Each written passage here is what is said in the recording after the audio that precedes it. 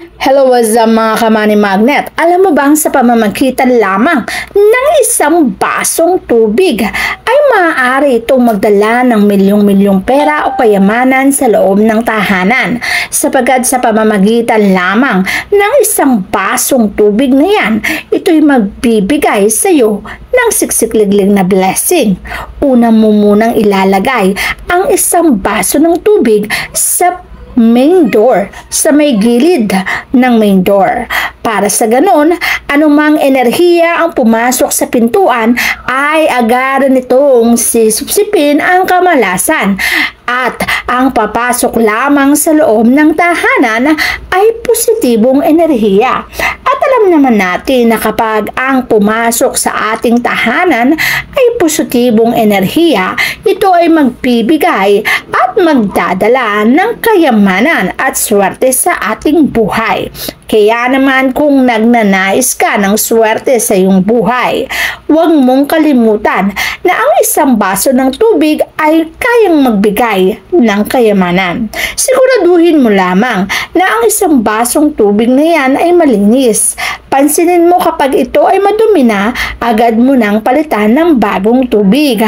Huwag ka lamang magpapawala nito upang merong aagapay sa iyo patungkol sa negatibong enerhiya.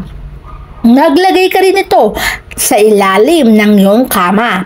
Alam mo bang ang paglalagay ng isang basong tubig sa ilalim ng kama ay kayang mag-absorb ng hindi magandang pakiramdam kung sino man ang nahihiga o natutulog sa kama na yan. Madalas pagkagaling natin sa ating mga trabaho, stress at anxiety, madalas ang bumubungad sa atin. Ngunit sa pamamagitan ng paglalagay lamang nito, ay kaya nitong sipsipin ang anumang kamalasan na maaari mong maramdaman. Pagkagising mo ng umaga ay maganda na ang iyong pakiramdam. Huwag mo rin kakalimutan na maglagay ng isang basong tubig sa iyong kusina. Alam naman natin sa kusina merong abundance and prosperity. At kapag ang abundance na yan ay sinamahan mo pa ng isang baso ng tubig, dodoble at siksikliglig at nag-uumapaw na swerte ang mapapasa iyong buhay.